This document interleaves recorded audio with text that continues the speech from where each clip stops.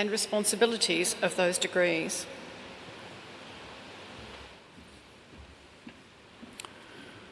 I will now receive the candidate for the admission to an honorary degree and call on Professor Michael Wesley, Deputy Vice-Chancellor, International.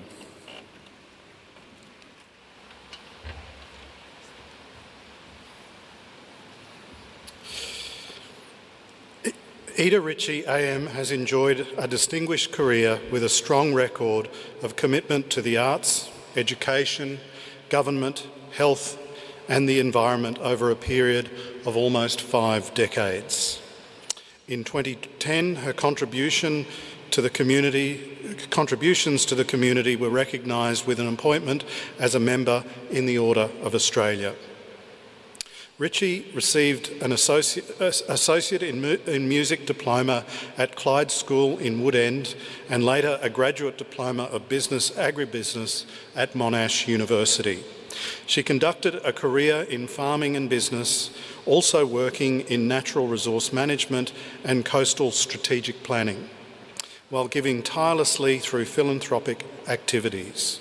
From 1997 to 2018, she was a trustee of the Ross Trust, including chair for 5 annual rotations. Since 1970, the Trust has championed biodiversity, conservation and educational equity for children from disadvantaged backgrounds in Victoria. Ritchie has a long history of engagement with the university. She has been chair of the Victorian College of the Arts Foundation since 2011 and a member of the university's Foundation and Trusts Committee since 2018. She was a member of the University Council from 2004 to 2014. She has also been a director of the Ian Potter Museum of Art from 2005 to 2014, a director of Melbourne University Publishing from 2006 to 2013, and a director of the Howard Florey Institute from 1993 to 2000. Ritchie has shown a strong commitment to her local community and to improving the lives of regional Victorians generally. She was the founding chair of the Port Fairy Spring Music Festival for the decade from 1990, the inaugural chair of Rural Ambulance Victoria from 1999 to 2002, chair of the Western Coastal Board from 1996 to 2000, state president of the Victorian Liberal Party from 1984 to 1987, chair of the Commissioners Moyne Shire Council and a board member of Moyne Health Services, the Rural Finance Corporation, Trust for Nature and the Wool and Rural Industries Skills Training Institute. She was instrumental in the establishment of marine national parks and regional protected areas through membership of the Environment Conservation Council and the Victorian Environmental Assessment Council. She was a member of the Australian National Maritime Museum Board from 2002 to 2007, and she has been a board member of the Melbourne Recital Centre since 2014. Ms Ritchie is nominated for the Doctor of Laws honoris causa in recognition of her long history of distinguished public service in several sectors and particularly for her contributions to the arts at the university in Melbourne and in rural Victoria.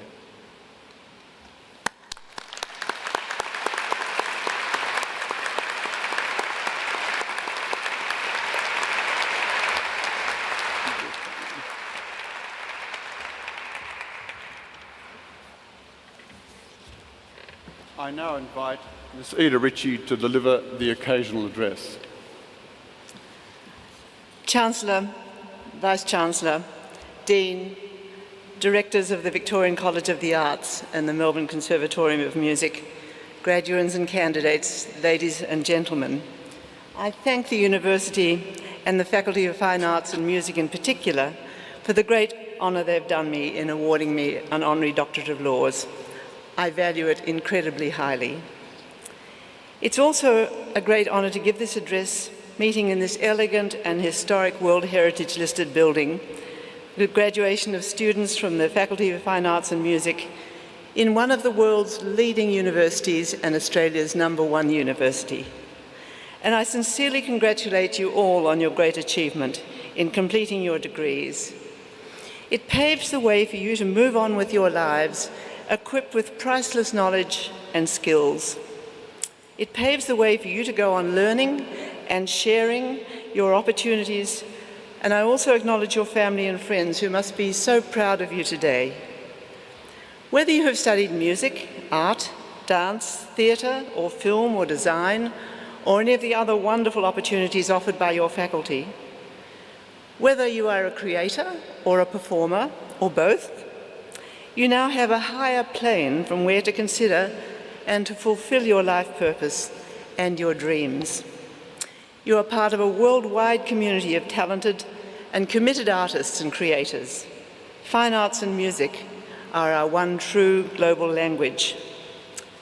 Maybe you will teach, and maybe you will tell your stories through your creativity and through your performances, and you will express your feelings about the world that we live in. And people will listen. Some examples. Who could not be moved by the messages coming from the current exhibition at the National Gallery of Victoria? Civilization, the Way We Live Now, is an international photography exhibition of monumental scale. The exhibition looks at the phenomenal complexity of life in the 21st century and reflects on the ways in which photographers have documented and held a mirror up to the world around us, putting a spotlight on big issues such as environmental degradation, global warming, diminishing resources. It's unsettling to see that exhibition. It makes you think. And who could not be moved by the inspiring and beautiful oratorio of Deborah Cheetham, which was performed in Hamer Hall in June? Umarella, a war requiem for peace, whose message to all of us is to learn, to understand, and to reflect what happened in the frontier wars between the colonists and the Indigenous communities that they decimated. But in that learning is a message of hope, and that in knowledge comes understanding and a path towards reconciliation. Many of you will be familiar with Tom Roberts' painting known as The Big Picture. Tom Roberts, a famous alumni of the National Gallery Art School before it joined the VCA, it's a massive work, 5 metres by 3, showing the opening of the first Australian Parliament in this grand building where we are today. It depicts the Duke of Cornwall and York, later King George V, surrounded by all members of that first Parliament, 269 individually painted portraits, and an impression of the 12,000 guests who were in this building for the event. I recently looked at this work and was struck by a thought. This painting was telling me what a momentous day it was, a hugely important and proud day when Australia began governing itself as one, no longer a collection of colonies and territories. Australia was truly born that day. It was the 9th of May, 1901, the 9th of May. This is the date we should celebrate Australia Day.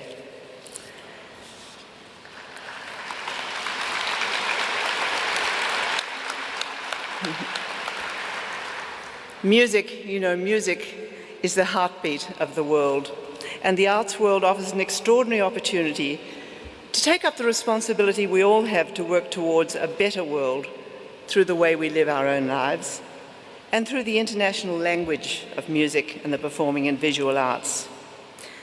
So what I'd just like to say to you people graduating today is draw attention to the wrongs, but celebrate the wonderful and the beautiful and the funny and the kind, and most importantly, find and give hope.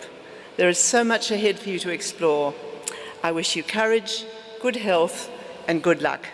Thank you.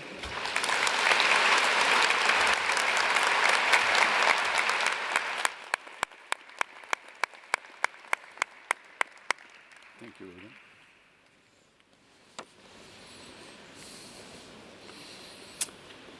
On your behalf, ladies and gentlemen, I thank Eda for